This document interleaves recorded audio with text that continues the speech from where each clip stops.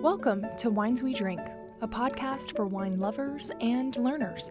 I'm Charlotte Norsworthy Varnum, and together with my counterpart Keith Herndon, we'll be exploring a new wine each week. Keith is a lover of wine, and I'm a learner of wine, and we hope you'll sip along with us. Hello once again, and welcome to our show, the Wines We Drink podcast. I'm Charlotte Varnum, and I'm joined today, as always, by my co-host Keith Herndon, a certified wine sommelier. Hello, Charlotte, and welcome everyone to my wine kitchen, which doubles as the Wines We Drink studio every week during the summer. We are having a lot of fun here this summer bringing these episodes to you. Oh, so much fun. It's been such a great summer so far. Well, you are joining us today for our 10th episode in Season 6, and I am super excited about today's wine and the story that goes with it. Yes, we've both had this episode circled on the calendar since we closed out last summer's show, if you can believe it. And the reason is simple. Today's wine is amazing, and it's the product of an inspiring, amazing Black woman who is nothing if not a pioneer in the California wine market. Many of you will recall that we published a book in 2025 that was a compilation of expert interviews we called Wine Conversations Exploring Meaning, Mystery, and Myth. Our wine today is from one of the people that we included in that book, Brenae Royal. She has achieved significant success and received many accolades as the vineyard manager at the historic Monte Rosso vineyard in Sonoma. We featured her interview and the story of this legendary vineyard in the 9th episode of Season 5 last year. While she was the vineyard manager responsible for the grapes in that featured episode, the wine we featured in that episode, though, was from another label. This season, we get to turn the spotlight on Brenae Royal's own label because she now is her own wine entrepreneur with Violet's Paradise. And we're going to be drinking a bottle of her exceptional Zinfandel. Oh, I'm so excited, and it really is exceptional, folks. But before we get into today's bottle, let me remind you that you can listen to last season's Zinfandel episode along with all of our other episodes from this season and previous seasons on most of the major podcast platforms, including Apple Podcasts and Spotify. We also have a complete guide to our seasons and episodes at wineswedrink.com. And remember, you can follow us at The Wines We Drink on Instagram to take a look at all of the bottle shots and the companion dishes that I've been preparing through my Chef Charlotte hat. So take a look at that as well. You'll want to go back in for that specific episode, episode 9, for Keith's stories about the famous Monte Rosso vineyard from last season. Yeah, thank you, Charlotte. At the time of our recording last summer, Brenae had announced her new label, but her wines were not available yet. So we knew that we had to circle back to feature her wines this season. And listeners, the wait was worth it. Her wines are incredible, and this Zinfandel may be the best of her portfolio. At least I think it is. Wow, and what a legendary story it is to listeners. The name Violet's Paradise is paying respect to her late vineyard dog, Violet May. She was there during the decade Brenae was farming the Monte Rosso vineyard. Yes, and this label, it's such a wonderful way for Brenae to honor Violet May. The dog was her longtime companion. For dog people like you and me, we totally understand it. We get it. Oh, right? Yes, we do. So I double underline the namesake here. So let's talk more about Violet's Paradise and today's bottle, especially. Her entire portfolio released last year also includes a sparkling wine, a Semillon, a Grenache, a Cabernet Franc, and a Cabernet Sauvignon, but you zeroed in on the Zinfandel for one specific reason, didn't you? Yes, and this is not hype, okay? I've had a lot of good Zinfandels over the years, and the one that we featured last year was exceptionally good. But listeners, the wine we're drinking today is absolutely the best Zin I've ever had. Wow. It's at the top of my Zin list. That is a big endorsement. And you're not alone in the heaping praise on this wine. VinePair gave it 98 points and named it to its list of 30 best red wines to drink in 2026. And Wine Enthusiast gave it 94 points. High marks. Yeah. Well, Brenae teamed up with a brilliant winemaker, Marc Gagnon, to help make her wines. And I'm sure his influence is in this bottle. but this Zinfandel is a true reflection of the terroir that is Monte Rosso. Here's how they describe this wine on Violet's Paradise website.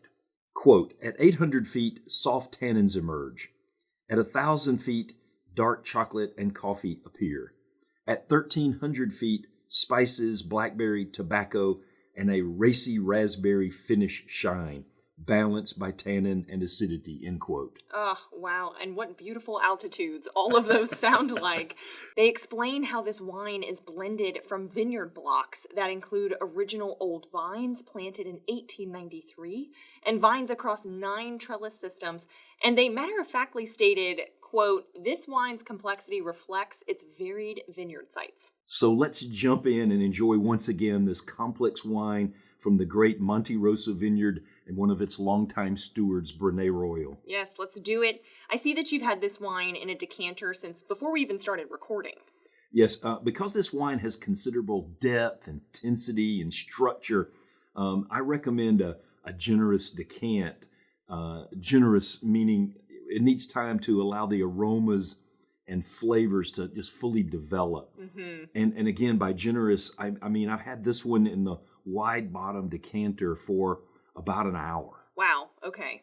So definitely almost if you're opening this bottle yourselves, listeners, do it first before you start cooking dinner. Absolutely. You know, decanting is kind of a personal thing. If you want some guides, our friends at Wine Folly have a wonderful guide. You can just go in and do just a simple Google search. Should I decant this, and then put the name of your wine and vintage in there, and you get some tips for what you need to do. I just like decanting because of what it does to open up the aromas and the flavors when it's appropriate. Mm-hmm. Right. Okay. We all need some time to decompress. So. Right. So let me get this glass poured. And as you're pouring, I'm struck here once again by how rich and intense its color is. It's a very vibrant wine. Yes. I love the color of a nice Zin. I'm going to go in for a sniff and see if those aromas really did have time to unravel, like you said. Right up front are those wonderful herbal and floral notes. Violets, I would say, and I don't know, an assortment maybe of just other dried flowers. I want to go back and talk about the color again for a moment, right? The color is dark and brooding. I've seen it described as a moody color, but I for one see this color and get excited because I know what's coming. Mm-hmm. And as you were describing those aromas, right? You know, it's just one of those wines that you want to put your nose in the glass and then you want to go in for that sip, right? Absolutely. Those cherry notes are there, you know, but not fresh fruit though. Right. It's more like cooked fruit. Yeah, absolutely. I think I recall that the wine enthusiast reviewer called that baked cherry. Oh, okay. I can go with that. There you go. Right? Let's have a good sip now that we've had ample time to smell this wine and see if we can find those notes from the terroir that the website called out. Let's do it.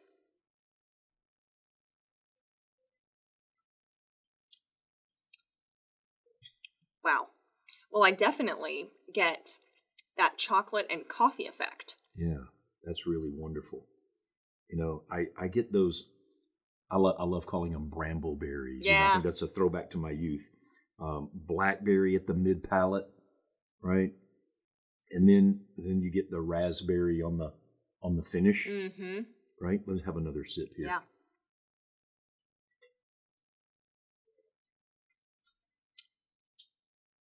Well, this 2023 vintage started off wet and cool, which led to a slow start to the development of the grapes. But the website explains that the vineyards are above the fog line, and that led to enough sun to promote really healthy ripening despite the late start. You know, overall, the conditions helped to get this vibrant wine up and running. You know, it's a fruit-forward wine. I'm just going to have another sip. Yeah. I can't get over the finish of this wine. Same. Yeah.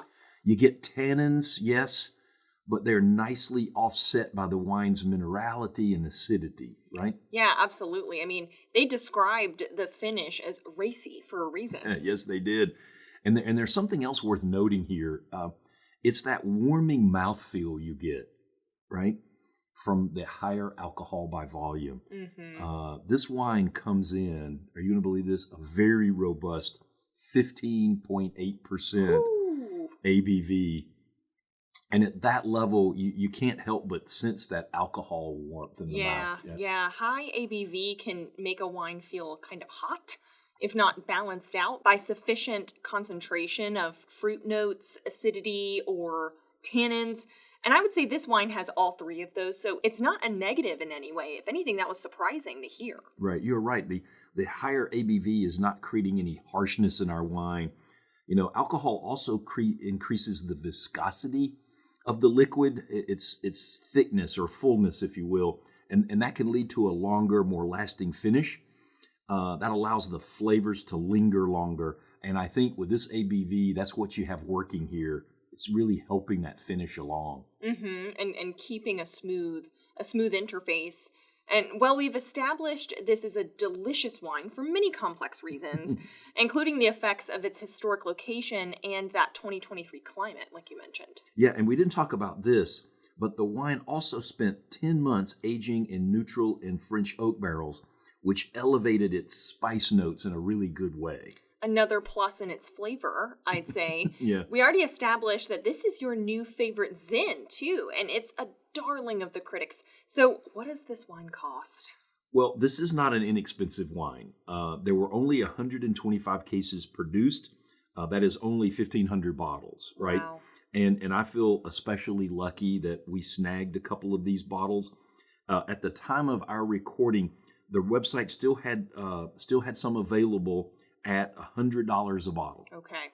If you miss out on the 2023 vintage, sign up for the mailing list to get the first dibs on the next release, which will be coming soon. Okay, that's good advice. I know we more often promote wines at a lower price point, but listeners, this is such a special wine from a special place, brought to market by a special person with a special dog on the label. Okay, if you want to take a look at the bottle shot, go follow us on Instagram at The Wines We Drink.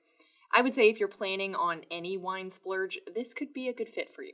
Yeah, Brenae is a special person, just overall, but especially in the wine world, right? She's certainly gotten her accolades. She was a 40 under 40 in Wine Enthusiast, for example, but her contribution is far more than what's in the bottle. The line from her bio says she, quote, hopes to inspire the next generation of wine growers while shaping a more inclusive and dynamic future in the industry, end quote. That's what's important, her example, but it also helps that she's growing great grapes and turning them into great, delicious wine. Delicious wine indeed. And you know, delicious wine needs delicious food by its side to complete the experience. And I know exactly the right person to pair this wine with exactly the right food. She's sitting here right across the counter from me in the wine kitchen, Chef Charlotte. And when we return from our short break, she will describe her choice and I will get to eat some of it. It's a Zin, folks, so think smoky and spicy. We'll be right back. Smacking my lips already.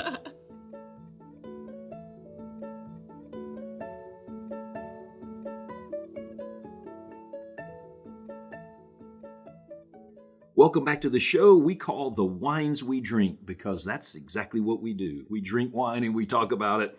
And we also talk about pairing our wines with cheese and food. So allow me to bring my co-host, who has shifted into Chef Charlotte mode, and she's going to present us with the cheese and food pairings that she selected for today's Monte Rosso Zinfandel. Thank you, Keith. It is such an awesome opportunity to put on the Chef Charlotte hat and talk with you all about wine and food pairings. We like to think of these pairings as a way to elevate our wine experience, and we hope that after hearing us talk about today's choices that you'll agree. So let's start with our cheese selection. Remember, just before the break, I asked you to think smoky and spicy. Yes, smoky notes in a cheese will pair well with the spice notes found in our Zin. Bingo. So that's exactly why we are going with a smoked Gouda today. This cheese pairs perfectly with Violet's Paradise Zinfandel because the wine's bold, jammy fruit and those high tannins complement the cheese's intense smokiness and that creamy, salty texture. Also, the fat in the Gouda helps to balance out those tannins.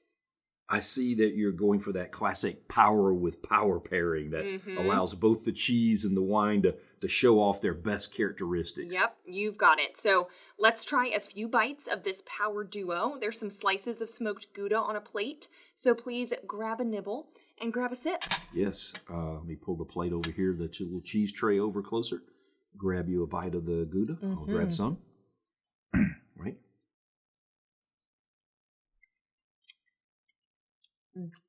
Okay, I've got some wine here. Oh, wow. Wow, this is a smoky Gouda. Yeah. I really like that smokiness with this wine. I mean, you weren't wrong calling this a power duo, right?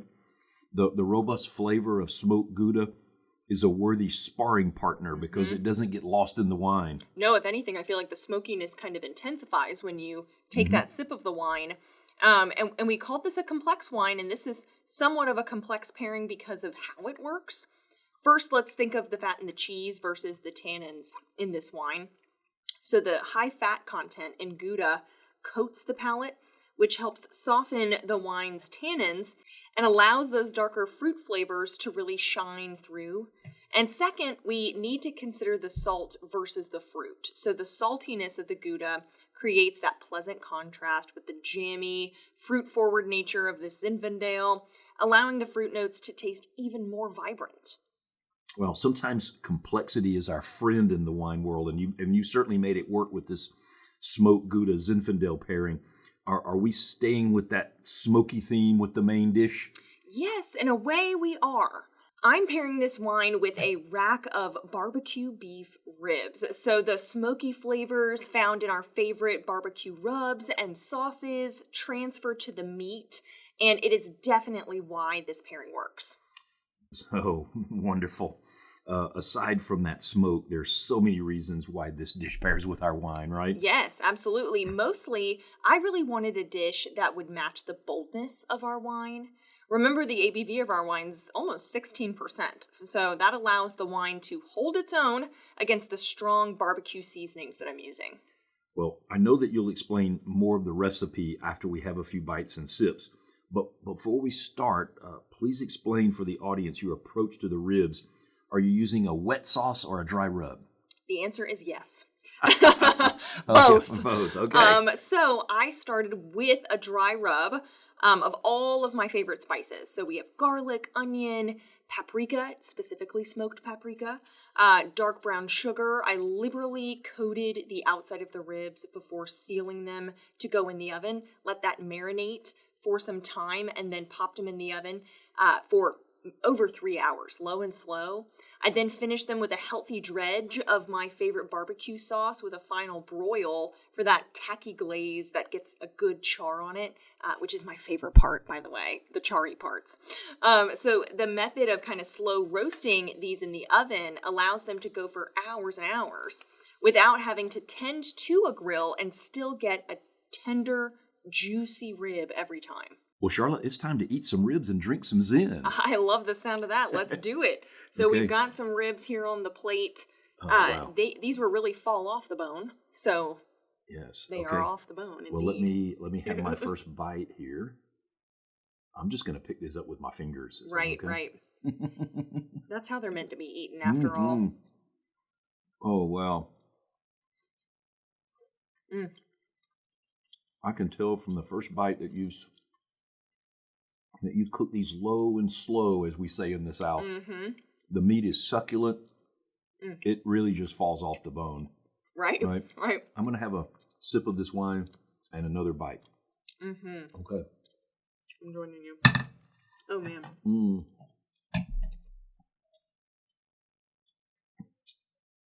I mean, that's intense. Right. Right. What a decadent pairing. You get all of that fruit and spice in the wine. It's interacting with the smoky beef. It's simply amazing. Oh, yeah. It's you're spot on. But You also have to account for the fat in the ribs, right? The high acidity in the wine cuts right through the beef ribs' rich fat. So a similar thinking there with the Gouda cheese. It cleanses the palate between those bites. Yes, we have fruit and smoke and spices, acid, fat, tannins. What have I left out there? Right. I mean, it's all coming together in the best way. An amazingly delicious pairing. Oh, thank you. Please, let's enjoy some more bites of this before we wrap up the show. Sure. Man, it's amazing. Just so juicy and tender. And maybe not something you think about, Right. ribs and red wine. You know, when I'm asked to pair a wine with barbecue, I'm always concerned that spicy notes in the wine will clash with the spices in the barbecue sauce. Right. But that didn't happen here. So please tell us a little bit more about the dish, especially the seasoning. Yeah, absolutely. And so before I get into the barbecue seasoning mix that I chose, let me just say first that the meat choice was also intentional. This wine needed a strong partner. And in this case, I felt that the savory concentrated beef would be more appropriate than the less intense meat flavor you may get with pork ribs. I get that. And the ribs that you selected are a perfect mix of fat to lean, really juicy and tender. Now tell us more about that barbecue seasoning. Yes. So, as I mentioned, the seasoning mix was really a blend of warming spices like paprika, chili powder, but also some aromatic spices like cumin and cloves. The dark brown sugar brings out that rich molasses flavor to match the rich beef ribs, which we chose today over pork, again, because beef ribs produce that incredible bark as well on the outside of the ribs when you finish them with your favorite brand of barbecue sauce. This dish is equally about the recipe as it is the method. So low and slow, like we said, is the name of the game. But because mainly I don't have time to tend to a smoker, and so that makes it something that can be more accessible. I left these in the oven for much of the afternoon for us to enjoy tonight, and they are just fall apart good. Oh, well, what an absolutely wonderful approach for barbecue ribs. I can't wait to try this on my own ribs, but I'm going to need to experiment first, right, before I share them with you. I'm not sure I can pull off the perfection that you've delivered today. Right? Again, it's all about patience. It was such an easy thing to put together. Low and slow, 250 degrees Fahrenheit in the oven for a few hours, and I'm telling you, you can't go wrong. But we have had another excellent wine to work with, thanks to the vineyard work of Brenae Royal and the contributions of her winemaker, Marc Gagnon. I'm thrilled that we've had the opportunity to feature this wine on our show today. It's so special. Yes, thanks, Charlotte. And I'm already looking forward to being with you again next week as we drink another special wine. Yes, we only select 12 wines for our 12 episodes, so they'll all become special to us, don't they? So could you give our listeners a hint about next week's wine? Well, we're staying in California to enjoy a bottle from an iconic Paso Robles winemaker. He named this label after his mother and father, so we're going to have a little bit of a story to go with that. Another labor of love, it sounds like. Until next week, cheers, everyone. Cheers. Thanks for listening to Wines We Drink. Listen to our other episodes anywhere you get your podcasts, and be sure to follow us on Instagram at The Wines We Drink, and check out our episode guides at wineswedrink.com. Cheers.